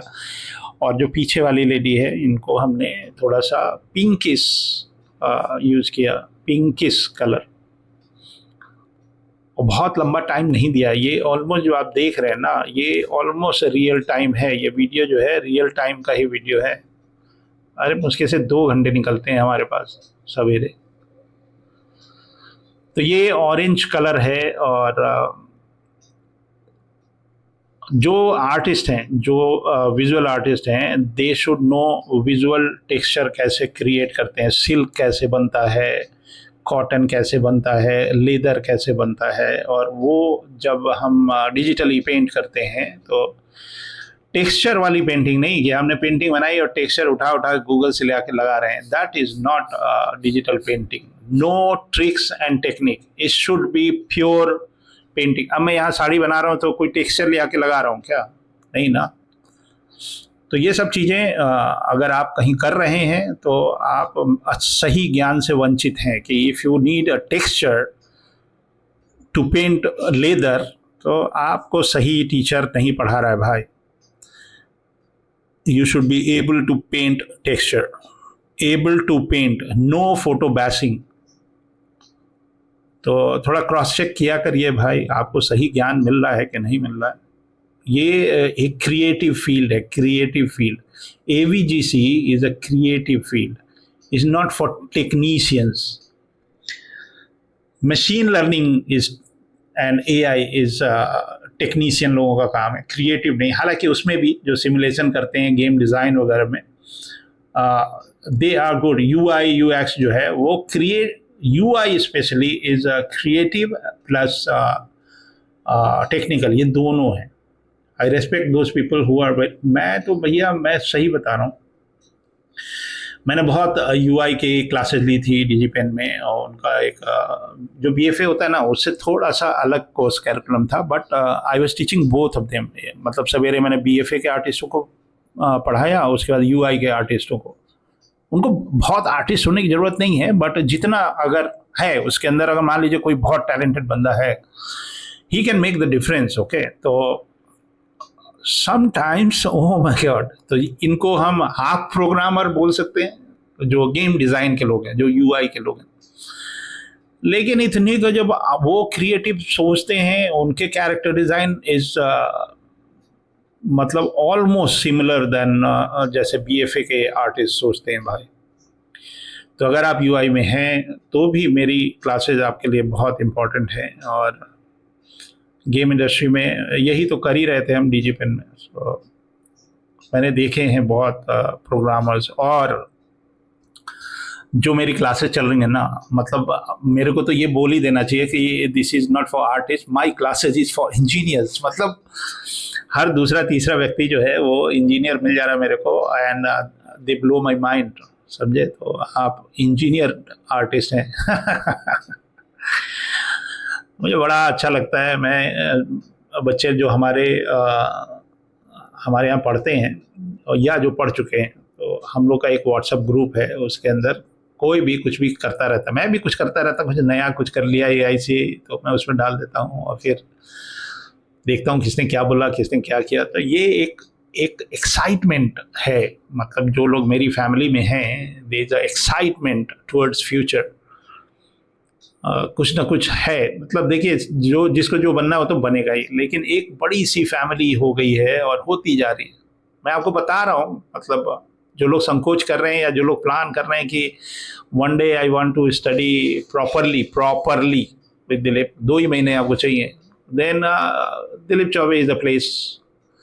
आप आओगे, थोड़ा घूम फिर के थोड़ा देख लो, पूरी दुनिया देख लो आप, और देख के अंत में आप हमसे पढ़ेंगे ना, तब आपका पेट भरेगा, दिमाग भरेगा, दिमाग खुलेगा कि भैया कहाँ मैं भटक रहा था. तो देखिए, ये हो गया वाटर कलर.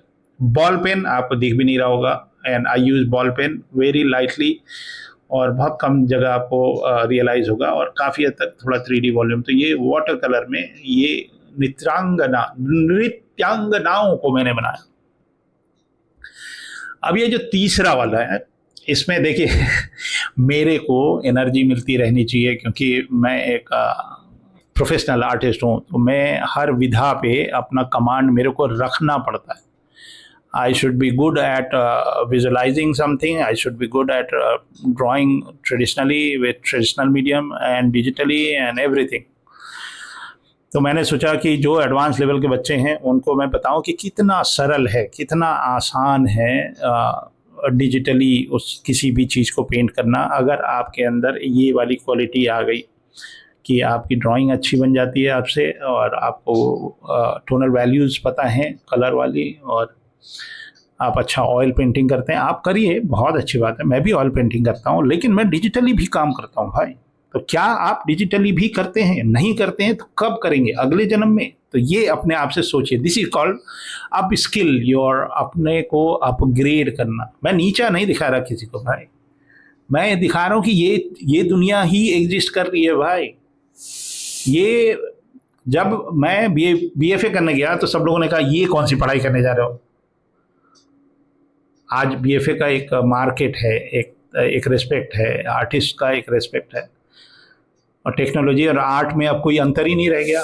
मतलब अगर आप गेम इंडस्ट्री में हैं then you are working with programmers, so there is no gap between these two industry. तो अगर आप ट्रेडिशनल आर्टिस्ट हैं, आपको डिजिटल भी आना चाहिए, क्यों नहीं आना चाहिए? मत करिए मतलब पब्लिक के लिए, लेकिन एक कॉन्फिडेंस होना चाहिए, क्योंकि जो नए जनरेशन के बच्चे हैं वो एक दिन आके आपसे ये सवाल पूछने वाले हैं भाई कि ये वाला मैंने ये इस सॉफ्टवेयर पे ये काम किया, बताइए पापा ये कैसे करूं? तो मतलब आप बोलोगे कि नहीं साहब मैं तो ट्रेडिशनल का झंडा लेके घूम रहा हूं कि आर्ट मतलब ट्रेडिशनल। ऐसा नहीं होता भाई। नए जनरेशन से जुड़िए, जो नया जनरेशन चाह रहा है आपको भी वो काम करना पड़ेगा भाई। तो अपग्रेड योर सेल्फ। अगर नहीं आता है तो शर्मिंदा होने की जरूरत नहीं है। आप नहीं आता है तो एक्सेप्ट करिए कि हमको नहीं आता है और मुझे सीखना चाहिए। बहुत लोग होते हैं उनसे बाल नहीं बनता, तो मालूम है तो सीख लीजिए ना। पैर नहीं बनता तो सीख लीजिए ना। इलस्ट्रेशन नहीं बनता, अभी जैसे लोग बोलते हैं ना मैं देख के तो बना लेता हूँ, सोच के नहीं बना पाता। तो मेरी क्लासेज इसीलिए तो है, मैं ये बीमारी आपकी छुड़ा दूंगा, जीवन भर आपको रेफरेंस लेने की जरूरत ही नहीं पड़ेगी, क्योंकि आपको वो एनाटॉमी ही नहीं आता। क्योंकि कहीं भी एनाटॉमी के पूरे हिंदुस्तान में कहीं भी डॉक्टरों को पढ़ाया जाता है, लेकिन ह्यूमन एनाटॉमी क्या होता है कहीं नहीं पढ़ाया जाता भाई। कहीं कोई क्लास नहीं है, डेडिकेटेड टीचर नहीं है कि ये एनाटॉमी पढ़ाएगा। तो आप कहाँ से सीख लोगे भाई? यूट्यूब से अधूरे ज्ञान लेते रहे। इसलिए भी ना गुरु के ज्ञान नहीं है भैया, आपको एक गुरुदेव चाहिए जो कि आपको ये रास्ता दिखाए। आपके शहर में पता करिए कोई, पहले तो ये पता करिए कि ये जो टीचर हमको सिखा रहा है उसको ड्राइंग आती है कि नहीं। पहले तो वो ऐसा टीचर ढूंढिए, अगर वो खुद ही नहीं बना पा रहा है तो कैसा टीचर भाई। दूसरा, क्या वो ट्रेडिशनल से लेके डिजिटल जो दुनिया में काम होता है वो सब कुछ आता है उनको कि नहीं, तब तो वो टीचर हुआ। कंटेम्प्रेरी, तो ये सब चीज़ें थोड़ा अवेयर होइए, थोड़ा दिमाग लगाइए और ढूंढिए। आपके शहर में कोई मिल जाए, आप उनसे पढ़िए। पढ़ाई बहुत ज़रूरी होती है, किसी का गाइडेंस, बिना गुरु के ज्ञान नहीं होता। तो एक गाइडेंस चाहिए। हाँ, गुरु भी तो ढंग के होने चाहिए, ये अपना ध्यान रखिएगा।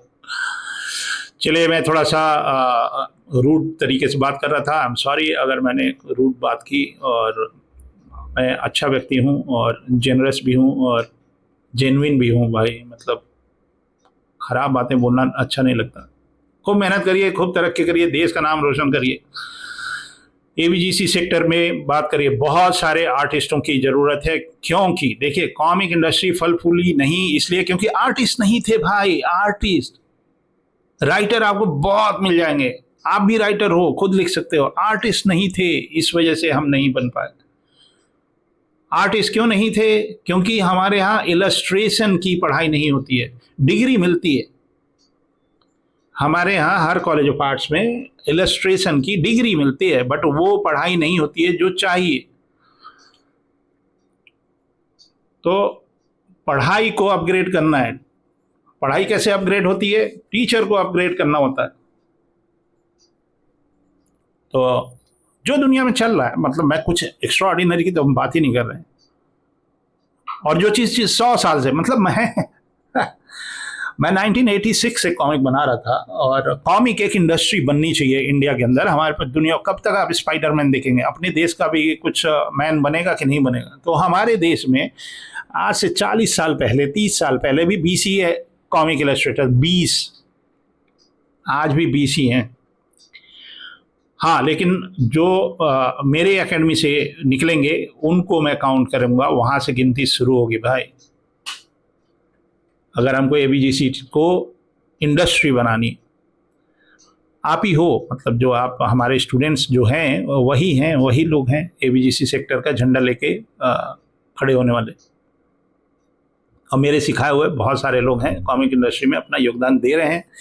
देश में भी, विदेश में हो, चाहे मार्वल हो, चाहे डीसी हो, से लेके मेरे सहयोग से, या मैं खुशनसीब हूँ जो हम उनसे जुड़े और देश का झंडा विदेश में डाल रहे हैं। लेकिन अपने देश में भी तो कुछ करना है ना।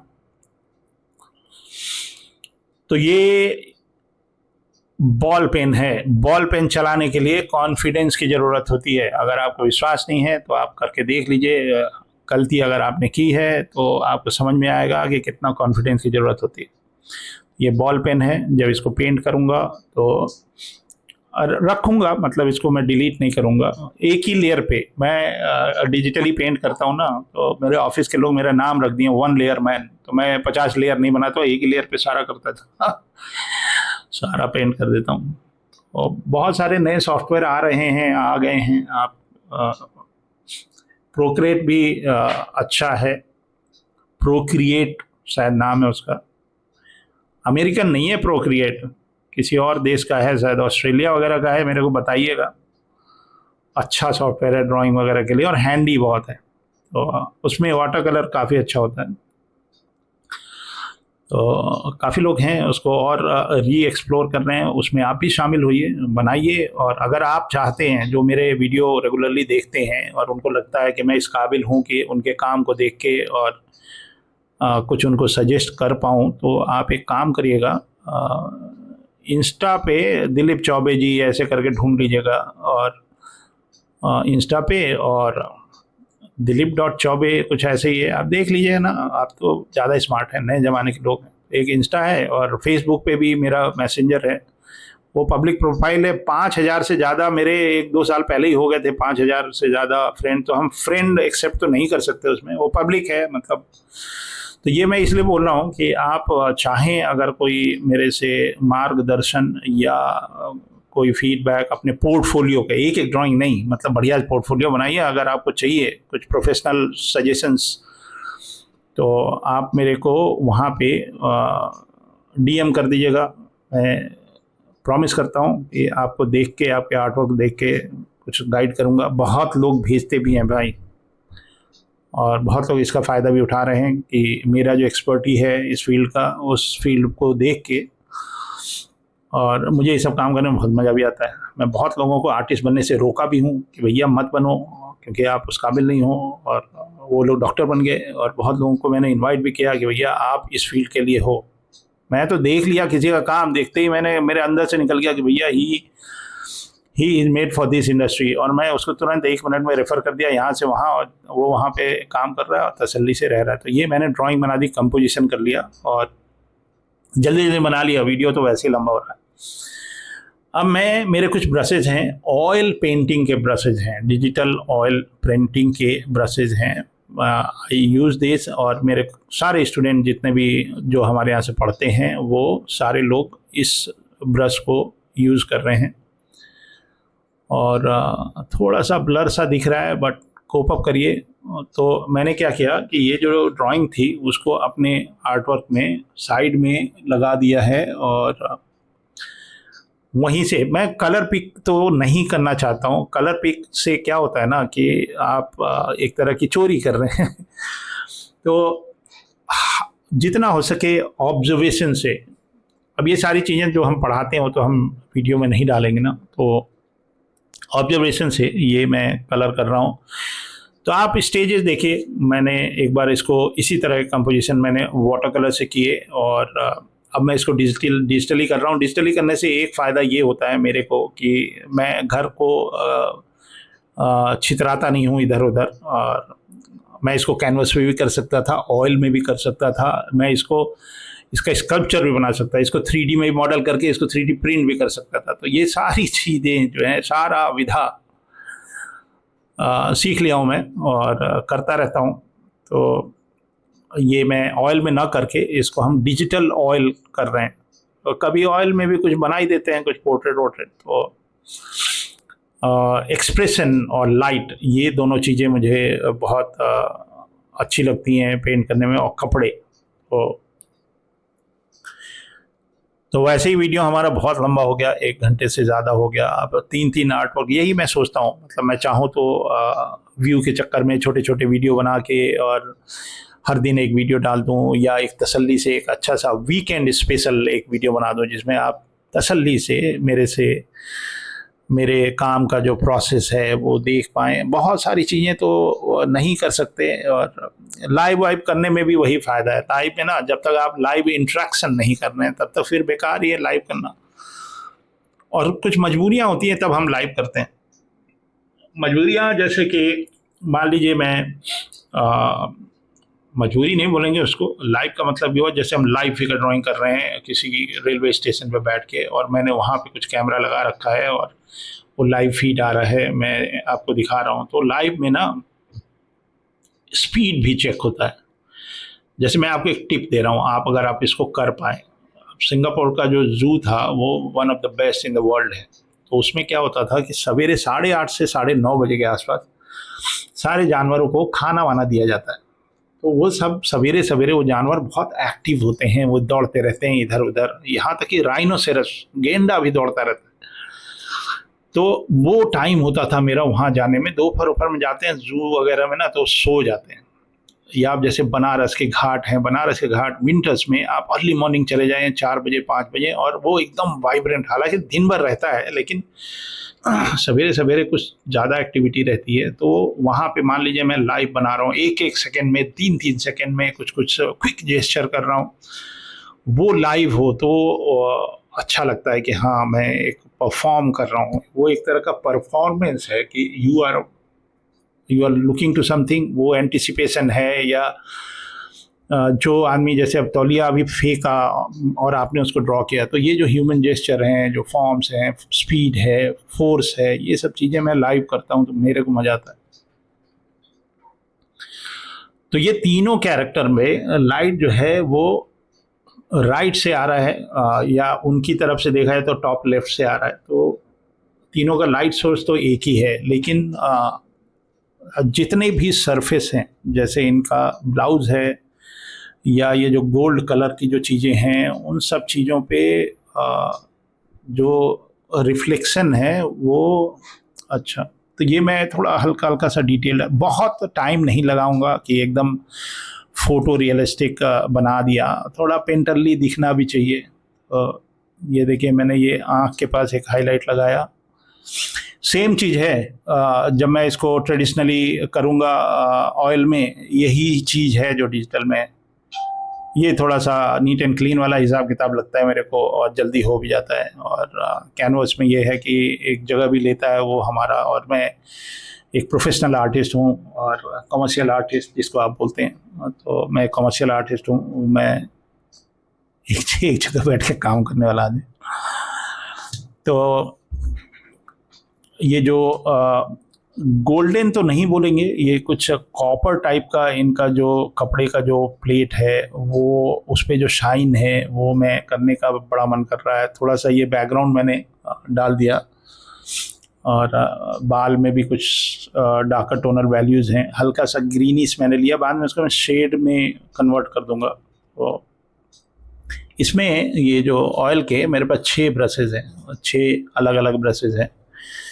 ये फ़ायदा होता है ना, जो मेरे स्टूडेंट्स हैं they are having all the fun, so वो लोग नया नया कुछ कुछ करके भेजते हैं। अभी मेहदी हसन ने कुछ मेरा ही पोर्ट्रेट बना दिया टीचर्स डे पे, और ऑयल में, ऑयल पेंटिंग की तरह, मज़ा आया। और वो एक ऑयल पेंटर भी हैं, तो ऐसा नहीं है कि वो खाली यही कर रहे हैं।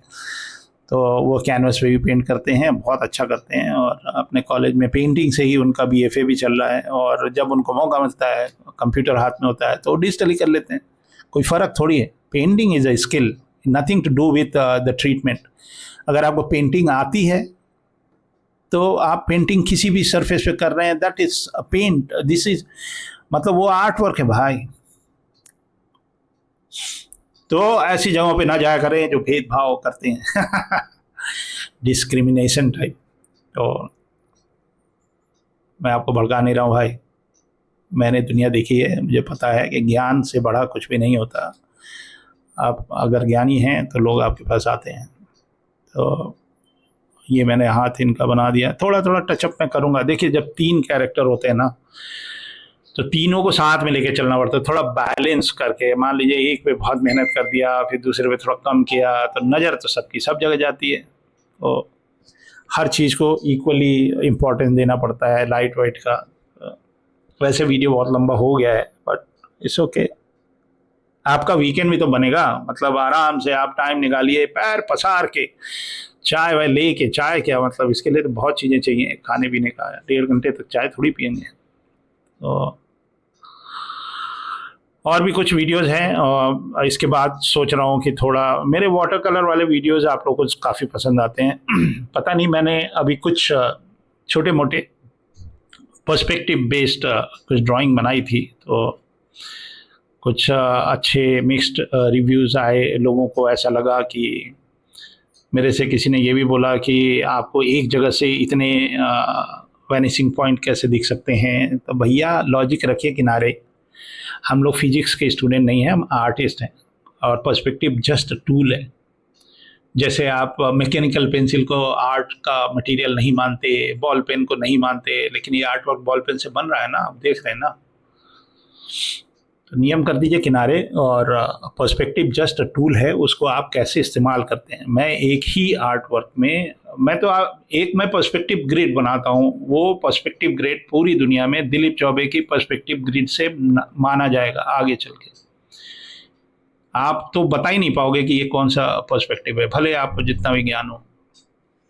तो पर्सपेक्टिव को मैनिपुलेट करके उससे काम निकाला जाता है, और ये बहुत टेक्निकल चीज़ है जो हम लोग एनिमेशन में करते थे। पहले एक स्टोरी बोर्ड आया था हमारे पास, फन बैग एक कंपनी थी कनाडा की, और मैंने उसका लेआउट डिपार्टमेंट था यूटीवी टून्स में, और मैंने वो उनका प्री प्रोडक्शन डिपार्टमेंट को देखा। उनके पास एक कैमरा पैन का प्लानिंग था।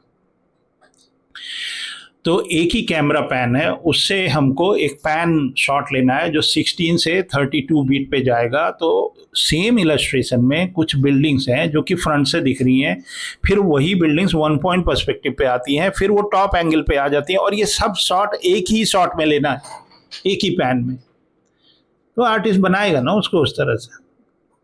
तो ये सब चीज़ें हमने किया है, एक्सपेरिमेंट किए हैं बहुत सारे, एक नए तरीके से कैसे उसको उसी रूल को थोड़ा बहुत मैनिपुलेट करके, मैं तो गलत पर्सपेक्टिव बना के कुछ बनाऊंगा तो आपको अच्छा लगेगा, क्योंकि हमारी रिक्वायरमेंट कुछ और होती है। जब हम कॉमिक बनाते हैं ना, तो हमको एक पर्सपेक्टिव में कुछ बनाना है, वहाँ पे टेक्स्ट जाएगा बहुत सारा, और हमारा आर्ट वर्क ख़राब नहीं होना चाहिए। तो हम उस जगह पे, छोटी सी जगह पे पर्सपेक्टिव को दिमाग में लेके, और तब हम ये सब करते हैं। सिंपल तो सेफर जोन होता है कि भैया हम एक 1 पॉइंट कर लें, 2 पॉइंट होता है। इसी वजह से बोलते हैं ना कि पढ़िए हमारे साथ, एक बार पढ़ेंगे नहीं तो समझ में कहाँ से आएगा। इंटरनेशनल एजुकेशन क्या होता है वो भी तो आपको पता चले। इंटरनेशनल स्कूल, इंटरनेशनल लेवल की पढ़ाई, भैया हम ही हैं इंटरनेशनल लेवल के, हम ही इंटरनेशनली पढ़ा रहे थे भाई। तो चलिए आप आइए ना, कभी मिलिए हमसे, लखनऊ में हैं, या बुला लीजिए ना। एक बार मान लीजिए किसी 50 लोगों को मेरे से मिलके कुछ सवाल पूछने हैं, तो बेस्ट तरीका है कि मुझे बुला लीजिए वहाँ पे, और हम 50 लोगों से मिलते हैं। हाँ, कुछ खिलाइएगा पिलाइएगा जरूर, चाय वाय तो पूछेंगे ये नहीं कि खाली हमने एक बिस्किट खिला दिया, समोसा भी खाना है मेरे को। तो ये हल्का सा अभी मैंने बैकग्राउंड डाल दिया है। ये अगर ये जो आर्ट वर्क है, इसके ऊपर अगर मैं चाहूँ कि 48 घंटे और काम करना है, तो भी मैं इस पर कर सकता हूँ। अगर मैं कहूँ कि इसमें सिर्फ 4 घंटे ही काम करना है, तो ये समझ लीजिए 4 घंटे वाली ही पेंटिंग है, क्योंकि मेरे पास और भी बहुत सारे काम हैं, और बहुत सारे वीडियो का कुछ आइडिया है। तो ये कपड़े वाला पार्ट कर रहा हूँ, और इसी को बोलते हैं ऑब्जर्व करके पेंट करना। डिजिटल में ना बहुत सारे टेक्निक हैं चोरी चकारी करने के। मैं चाहूँ तो यहाँ से जो फोटोग्राफ है इसको थोड़ा सा क्रॉप करके और यहाँ ले आऊँ और उसी पे टचअप कर दूँ। तो ये आप किसको धोखा दे रहे हो? आप खुद को धोखा दे रहे हो। आपको ना चीज़ों को ऑब्जर्व करके तब बनाना होता है कि आप वहाँ से ऑब्जर्व। मेरे को तो ये भी समझ में नहीं आता है कि बहुत सारे नामी गिरामी आर्टिस्ट, बहुत बड़े बड़े आर्टिस्ट भाई, जो कि बहुत पॉपुलर हैं, वो अगर पेंटिंग बना रहे हैं, मोदी जी का पोर्ट्रेट बना रहे हैं, मैंने देखा अपने आंखों से, तो वो क्या करते हैं, वो पहले उस फोटोग्राफ पे ग्राफ बनाते हैं, ग्राफ बनाने के बाद कैनवस पे ग्राफ बनाते हैं। भैया नाम कटवा दीजिए आर्ट के फील्ड से, आप आर्टिस्ट तो हो ही नहीं। आपको डायरेक्ट ऑब्जर्वेशन से बनाना चाहिए भाई। ग्राफ से बना रहे हो आप इस जमाने में, तो कॉन्फिडेंस लेवल कहाँ है आपका? मतलब पोर्ट्रेट सामने कोई बैठा है उसको नहीं बना पाओगे आप, क्योंकि आपके पास ग्राफ नहीं है। आप हमसे बनवा लो बड़े से बड़े कैनवास पे भैया। मैंने भी किए हैं ग्राफ से। और जब, लेकिन मैं उस समय, हमारी उम्र 16-17 साल थी जब मैं शहंशाह के पोस्टर विजया सिनेमा पे सीढ़ी पे चढ़ के और 20 फुट का शहंशाह का और अमिताभ बच्चन का और बंटवारा फिल्म का पोस्टर मैं अर्थ कलर से बना रहा था। अब नहीं था, कैमरा नहीं था उस समय, रील नहीं बनाया मैंने। तो आप थोड़ा अपग्रेड करिए, देख के बनाना शुरू करिए। ग्राफ व्राफ से नहीं बनाते हैं ना, इधर चोरी के तो इतने टेक्निक होते हैं फोटोशॉप में, इधर का इधर उठा लो, इधर किसी को पता भी नहीं चलेगा। तो ये सब चीज़ें हम नहीं सिखाते। हमारे यहाँ जो बच्चे आते हैं उनको मैं बोलता हूँ खुद से कुआं खोदिए और पानी पीजिए। अगर आप सीख गए कि ऑब्जर्व कलर कैसे करते हैं, दिमाग में कलर कैसे मिक्स करते हैं, दैट इज़ कॉल्ड पेंटिंग। तो हम उनको सिखाते हैं कि don't use picking tool, colour picking tool मत यूज़ करिए। मैं भी करता हूँ कभी कभी, मतलब ये नहीं कि सारा ही सारा उठा के यहाँ पेस्ट कर दिया, उसको रीटच करके और नया कर दिया, ये वाली बात मैं कह रहा हूँ। Colour picking is okay, but ये नहीं कि मेहनत नहीं कर रहे हो और शॉर्टकट सीख रहे हो। शॉर्टकट से ज़िंदगी नहीं चलती। शॉर्टकट्स तो अगर हम सीख के और कर रहे होते ना, तो आज मैं अभी भी इस उम्र में 40 साल काम करने के बाद भी full of confidence and self motivated ना रहता। अगर मैं चीटिंग कर रहा होता, इधर से चुरा के उधर, उधर चुरा के इधर, मेरी ज़िंदगी पिंटरेस्ट से लोगों के आर्ट वर्क डाउनलोड करने में निकल जाती। ये सब आदतें छोड़ दीजिए। आप एक इंडिपेंडेंट आर्टिस्ट बनिए जिनका अपना कोई सोच है और अपना, चले वो डिजिटल हो या ट्रेडिशनल हो। और आर्टिस्ट अगर आपको बनना है तो दोनों जॉनर में आपको कमांड होना चाहिए भाई। अंतर कुछ नहीं है, खाली कॉन्फिडेंस का। अगर आपको नहीं आता है तो सीख लीजिए, हो गया, और तो कुछ नहीं है ना। अब जैसे कार है, कार सीखने के लिए आप क्या करोगे? या तो यूट्यूब से सीख लो अधूरा ज्ञान और गाड़ी ले जाकर ठोक दो, या एक ट्यूटर पकड़ लो जो सर्टिफाइड हो और वो आपसे सिर्फ 10 दिन आपको सिखाएगा, थोड़े से फीस लेगा और फिर आपकी प्रैक्टिस के ऊपर है। तो वैसा ही है कुछ जो हम कर रहे हैं। आप आए और अच्छे से जान लीजिए कि क्या होता है, कि क्या फील्ड है, क्या करियर है, क्या लाइफ है, और उसके बाद लग जाइए अपने प्रैक्टिस में। आप यूट्यूब से सीख के डॉक्टर बन जाएंगे क्या? नहीं बनेंगे ना। पढ़ने जाया जाता है तब आदमी डॉक्टर बनता है।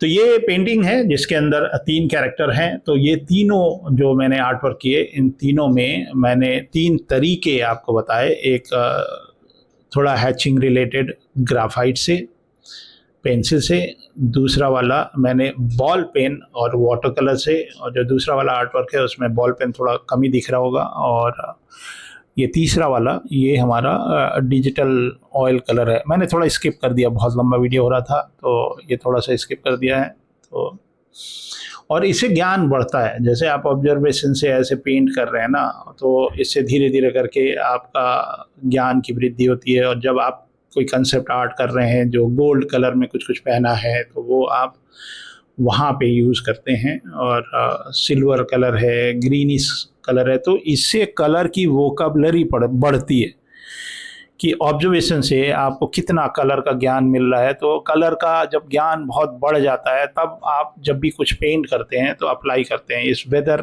भाई डिजिटल में मिलियंस ऑफ कलर है, तो आप मिलियंस ऑफ कलर, एक एक पिक्सल इज अ कलर। तो ये वाला ज्ञान कभी आप ट्रेडिशनल जब आर्ट वर्क करते हैं उसमें लगा लेते हैं, कभी ट्रेडिशनल वाला डिजिटल में लगा लेते हैं। तो और फर्स्ट ईयर से, पहले साल से, मतलब आर्टिस्ट जो कॉलेज ऑफ आर्ट्स वगैरह हैं, तो फर्स्ट ईयर में उनका डिजिटल एक्सपोजर भी होना चाहिए पैरेलली। तो ये हमारी पेंटिंग ऑलमोस्ट डन हो गई, और इसमें थोड़ा हल्का सा बैकग्राउंड में कर दे रहा हूँ, और उम्मीद करते हैं आपको नया नया कुछ सीखने को मिला।